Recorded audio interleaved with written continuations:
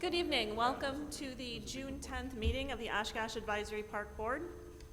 Please, a couple housekeeping items. Make sure if you have your cell phone that it's silenced, and if you do need to make a call, to step out. The meeting is called to order, and roll call. Davis. Here. Dirth. Here. Groyle. Peschel. Hudak. Here. Metz. Here. Miller. Millet. Here. All right, any comments or questions about last month's minutes? Motion to approve the minutes? Second. All in favor? Aye. All right. At this time, we would take citizen statements for items not on the agenda. All right. Any old business? All right, new business. Ray, discuss alternate board members. Thanks, Amy. This is an item that the council and the mayor have asked all boards and commissions to take a look at. One thing they're trying to get input on it is if the boards and commissions would like to see alternate board members, potentially up to 2 alternates assigned or appointed to each board. And what they're feeling is if boards are having trouble getting a quorum, if somebody's missing from the meeting, an alternate can sit in and vote in the absence of that individual. And they're also looking at it as possibly call it a training ground for future board members, permanent board members. So those are some of the comments that we've been hearing. What we would foresee is that if the board decides that they support that, the council's getting a report tomorrow evening from the city manager on what all the input was from the boards and commissions. You turn off the audio, we can't hear you. Easy, you gotta hear you, you can't hear you. So,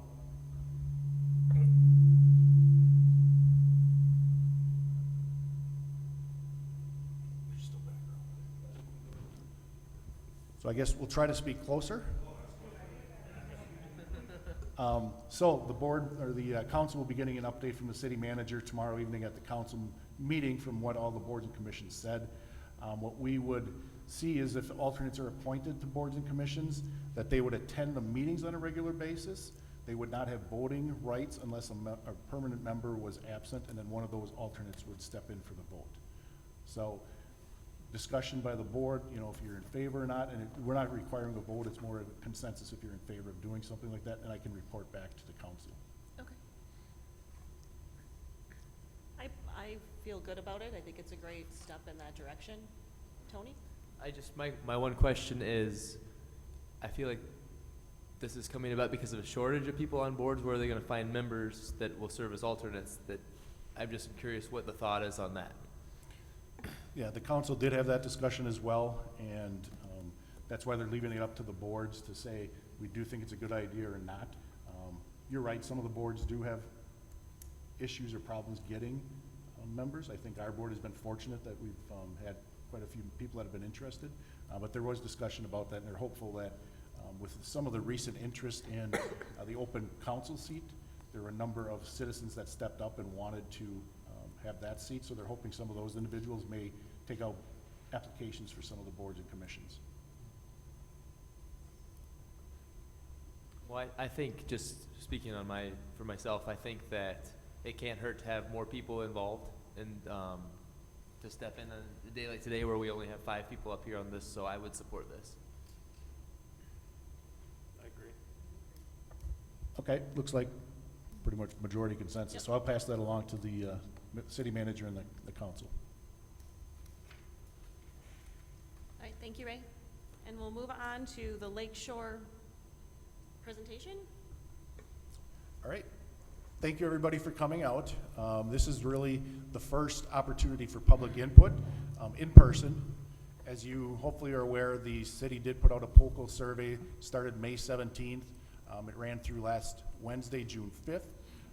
We were able to share those results with the Smith Group, and those 3 members of the team are here. I'll let them introduce themselves when they present.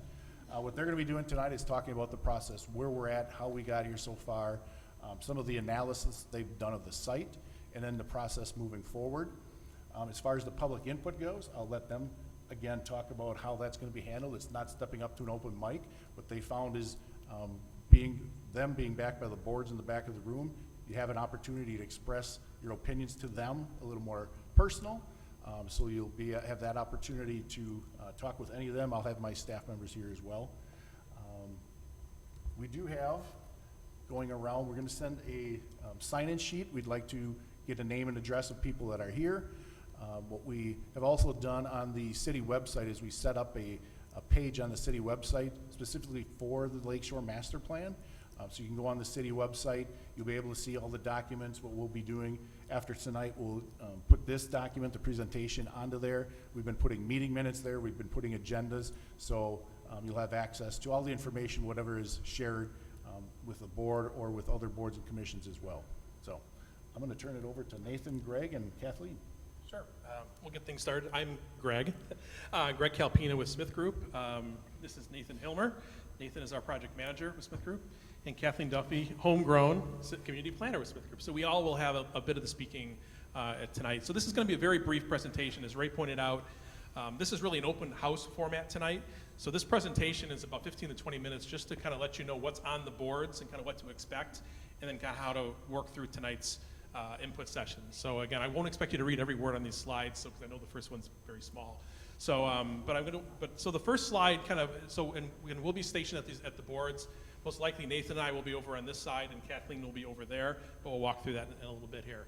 But just as Ray pointed out in the process, we're still very early in the process. In my next slide, we'll get into the schedule a little bit more, but it's really a three-phase process. But really, before we even got to our process, as Ray pointed out, there was a process to get there, which was really opening up Lakeshore Park to be a new community park. There were some decisions back in 2018 to approve the sale of 33 acres of that property to the Oshkosh Corporation.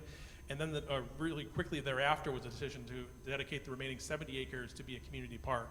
So the world is changing on the lakeshore a little bit. Community parks are really for all residents of the community and sometimes beyond. Again, it's more of a destination and a draw. But it's also meant to be, again, a good community park brings in a whole community, but also serves the immediate population around. So they often wear a lot of hats. They'll have an edge that serves, again, local walk-up neighborhood uses, as well as things that maybe happen with some larger groups or regional trails, things like that you see, some of what happens in your current park. So again, as we walk through this process, figuring out what the program is going to be, what the character is, we're thinking about how this park can accommodate those uses as being a community-wide asset as well as a local resource as well. So how we get there is really a three-phase process. We are in the middle of the analysis and visioning phase. We're really right at the edge right now between two phases, where we're really still listening. We've been doing a lot of mapping. We've been touring. We've done, as Ray pointed out, some of the survey information that we're really just starting to process. There's about 100 pages of report there. So you may have seen on the slide in the back. Those are not all the results of the survey. There are some just examples. So we are really sorting through those and seeing some patterns right now. But really our job was to learn as much as we could about the lay of the land and what the community wants to hear. And that really starts to drive kind of where we're here tonight, which is to listen to what you want to see in the park. What do you want to do there? What do you want it to look like? How does it connect to the other parks? How do trails influence? What does it look like from the bridge? What does it look like from the water? How do you get there from the water, from the land? All those sorts of things are important, and we're going to give you a chance to give us feedback on that. Based on what we hear tonight, we'll roll into drawing up to 3 different alternatives of what it could, how it would work, how the park pieces kind of come together, the programs. We'll come back to you. There'll be a couple of input sessions as is on the screen here. We are trying to take advantage of the Park Advisory Board at all cases, which are open to the public, but August 12th is a really important date as well, if you want to put on your calendars, which is going to be when we're going to be kind of bringing back those alternative concepts. At that point, we will have those alternative concepts. We'll also have a series of criteria to give you a sense of how maybe best to pick the right one or the right combination of those. And then at that point, we'll kind of move the rest of the summer into the fall at picking a preferred design, getting in the details, phasing, costs, all those sorts of things, so that's a master plan that's ready to build in the near term and the long term, and really start to get a sense of what it is going to cost, what those funding sources might want to be. So we hope in mid-October or so we'll have that master plan done and approved. So as I mentioned, the survey is a piece of this. We were here at the State of the City.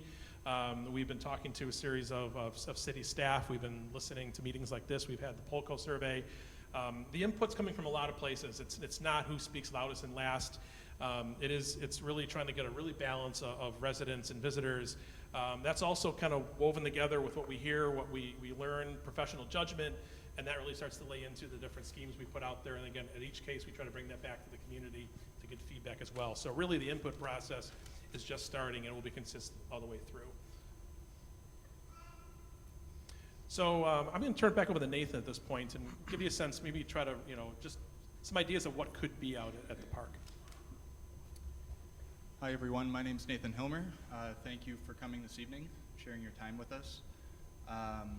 Like Greg said, there's been a little bit of background work to date, mostly in the data gathering, analysis, listening kind of end of things. But what we wanted to do was share some examples of our work. We are with Smith Group. We have offices all over the country, and our team is from Madison and Ann Arbor. We really specialize in this type of project. That is a project that happens at the water's edge. So in our office, we work in multidisciplinary teams on projects like this with planners, architects, landscape architects, coastal engineers, to really understand this project type in more depth than you might get from kind of a simple site look, for instance. So to give you a feel for what we're bringing to this project and what we've learned from some of the work we've done in the past, we wanted to share 7 or 8 of examples with you. One of which is Chris Larson Park. This is a project in Sioux City that we're currently working on.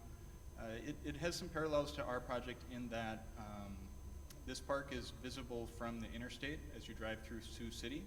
And formerly it was sort of, there was this icon on the site that was very recognizable as a destination in Sioux City. And that was torn down with a freeway reconstruction project. And so we've been helping the city understand, how can this park reimagine what it is to have an icon or a front door for people coming to and through Sioux City, but also bringing people to the water and making spaces for people there, whether it's picnic pavilions or plazas or event lawns and playgrounds and things like that.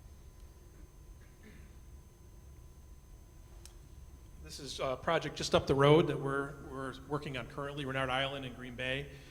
So this is a former dredge fill facility in Green Bay. And this really, I guess the parallel to this one is thinking about, we've heard a lot of feedback just about the desire to have a bit, the amount of nature we can have out at the Lakeshore Park. And is there a way to balance nature with activity?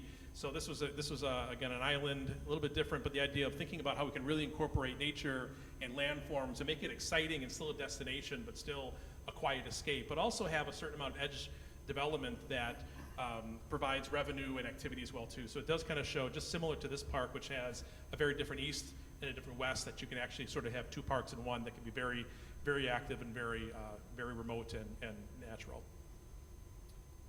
And here's a kind of a more extreme example of that. This is in Chicago, Northerly Island, former airport near downtown, where really nature was meant to be a destination for not only the city but the world. How can you take nature as a program and think about it tied into museums and visitation as tourist attractions? So again, that same idea that you can really celebrate whether it's coastal habitat and islands and different shoreline treatments, but also have the idea that if I look one direction, I don't see the city. If I look back, I have that comfort of being in the city too. So again, some good parallels.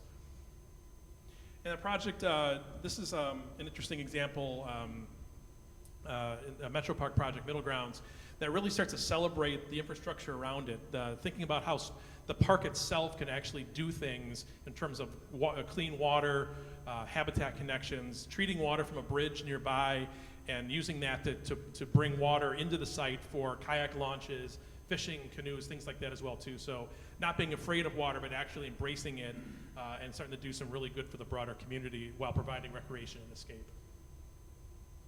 And then my last example here, this is in Detroit. So this is a case, it's a river that's for a long time just been really about commerce, and really there's been a renaissance looking at, this was a good example for a couple reasons. One was the idea of bringing nature back into a city. So this was all wetlands and water habitat and education that was sort of behind the bulkhead of a working river. So literally bringing back things that were there originally, but thinking of it in a way that you could build today, working with regulatory environment and some folks, the permitters, but also thinking about how it could be creatively funded. So this is part of the Detroit Riverwalk project that was funded through what's called a challenge grant. The Kresge Foundation, their goal was to put up enough money that would entice a community to kind of put up the rest of it. So they brought a lot of money to the table. The city brought their money to the table for the infrastructure. Kresge kind of funded the fun stuff, brought endowments to the project. So again, a good example of with the right vision, you can sometimes increase the scale and excitement of a project by thinking bigger. It's a really good example of that, and all around water. I guess actually my last one would be Alumni Park over in Madison. This is really right outside of our front door. That really talks about how you can celebrate public art as educational, really as imaginative, as a destination, summer, winter, day, night. Really great example and some very creative examples of working with some impossible infrastructure to make that happen, and bringing in, again, different funding partners as part of that mix through naming rights and things like that. So we had just 2 more examples we wanted to share with you. One is not quite on the water. This is just up on top of the bluff on the Mississippi and on Alaska. It's called Dash Park. The interesting thing about this park, there's a couple things that are interesting. One is that it's transformative. This was a bunch of vacant property and kind of derelict buildings. But in this particular project, a private donor purchased the land, paid for the redevelopment of the park, and then donated the park and the land to the city to be maintained as a public park. So interesting from a public-private partnership standpoint. Greg kind of touched on that idea of looking for partners who we can work with that are going to stretch the city, or the money that the city brings to a project like this. And then lastly, again, that idea of public-private partnership. This is a project we're currently working on. It's a master plan for North Beach and Racine. This project really reimagined what North Beach could be. It's really an immense bathing beach with a lot of underutilized space. So we helped the city with this process of kind of reallocating parkland to put green space with trees adjacent to the beach so that people could, picnic, play frisbee, and kind of get out of the sun. But also importantly, their beach house was at the end of its lifespan and needed to be replaced. And rather than just replace it in kind, they took one step further and imagined it as an opportunity to engage a restaurateur or a developer to help, again, leverage what the city brings to the table, and added a restaurant component to what is the public beach house to really bring more energy and vitality to the beach.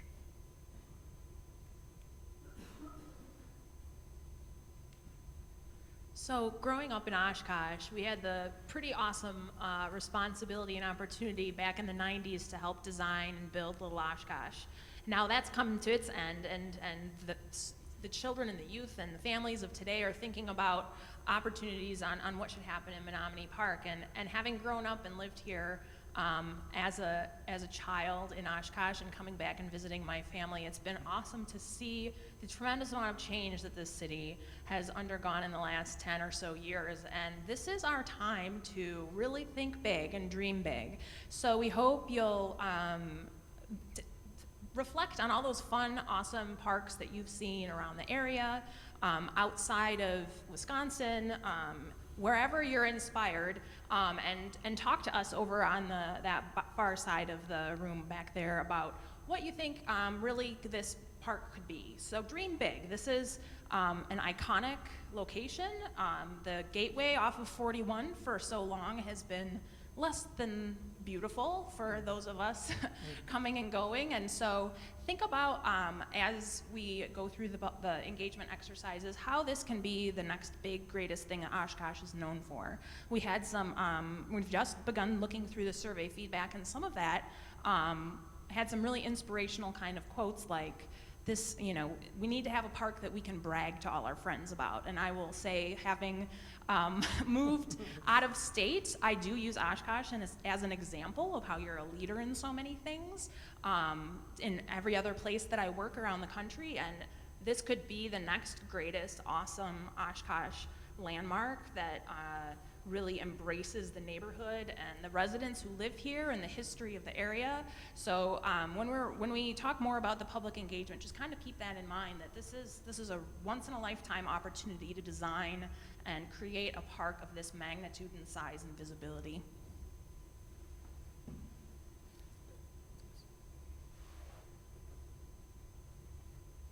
So I wanted to just quickly introduce to you some of the boards that are on the tables at the back of the room, and then we will break, like Ray said, and kind of dive into the input gathering phase of the meeting. So really quickly, there's a couple of boards that describe the project site itself with some photos for reference. These are actually the exact boards that you'll find at the back of the room. And just so that we're kind of all on the same page, you know, the project site is about 70 acres. The piece that you see in the middle that's kind of rendered in there is the in-process construction of the Oshkosh Corporation headquarters. And the magenta dashed line is the boundary line. So you can kind of get a feel for how that sits relative to the two pieces of parkland at the west and east sides of the project area. We have several boards at the back of the room that describe our site analysis to date. So there's some information on history, both the cultural history and kind of the physical history of the site. So the whole sort of Lake Butamore rim has a lot of significant archaeological sites, both burial sites and artifact sites. One of those sites does fall partially on the park property, although it's primarily contained within the Oshkosh Corp property. So there's been an archaeological investigation done, and you can kind of see a summary of that on the board at the back of the room. One thing that we've also found to be kind of intriguing about the site is the idea of what was this place before Lake Butamore was established by way of the dams. You know, that elevated the lake level about 3 or 4 feet, I believe. So really this was kind of a marshy, meandering river through this whole zone, and you can kind of get a feel for how that used to work. You can, the ponds on the golf course are actually remnants of a meander of the river as it moved through the site.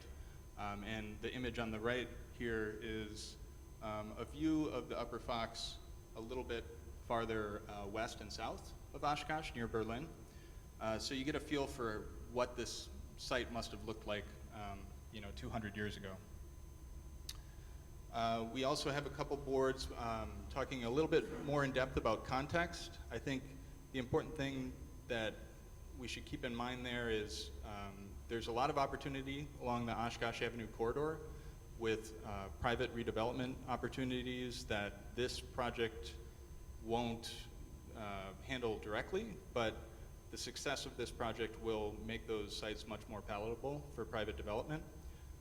Also, the whole of the river corridor between Lake Butamore and Lake Winnebago is really a string of parks and public river walk. And this is our opportunity to really kind of put the punctuation mark at the end of that, right, at Lake Butamore. So it's a pretty cool opportunity in that regard. We have some thoughts on kind of watershed health of riparian ecosystems via DNR data, and just kind of a overview of watershed issues. And then we've also started to look at the physical characteristics of the site. So the vegetation, for instance, is pretty straightforward because it was a golf course, but it is kind of interesting to think about the fact that the kind of the grain and the directionality of the site is very much organized along the fairways that were the golf course. But as somebody who never had an opportunity to play golf here, coming to the site and wanting to connect to the lake, all of those holes are running perpendicular to the direction I want to go, right? I want to get to the water. So there's some interesting kind of patterns that emerge when you look closely at the site. And then just that whole west half of the site that you see, that's the bottom right image up here. There were some comments earlier when we were meeting with city staff about how the noise from the freeway there can be pretty unbearable, and that's true when you're high up, but when you get down near the ponds, the old golf course ponds, the sound actually dies away because it's going over your head. So, that starts to inform our thinking about what to do with the landscape in terms of building up or digging down. And then we also have some boards about what is possible on site. this is really just meant to get everybody thinking about this the way, I guess, the way that we approach it in terms of, you know, kind of a catalog of possibilities. And you can, you know, feel free, if you see this board at the back of the room, scribble ideas right on it, or, you know, take a comment card, and if this inspires some thinking about something that you'd like to see happen at the park, by all means, let us know. But there's nothing precious about any of the material here. You know, this is all for you to give us feedback, so, so please take advantage of it. And then lastly, you know, we call this the public visioning meeting, so we really want to know what you want to see here in terms of individual things, right?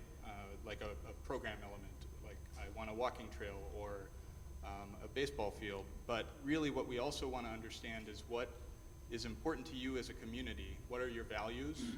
And how do you see this park as an opportunity to follow through on your values as a member of the Oshkosh community? So we have 3 boards. They're on my left side.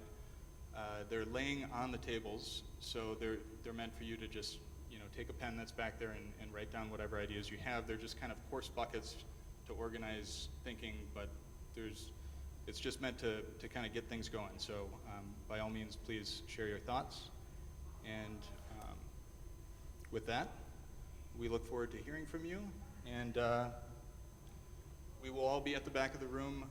This side of the room looks cooler because there's more boards, but that side of the room is where you can write down all your thoughts and your vision for the site. So please visit both sides. And thank you for your time.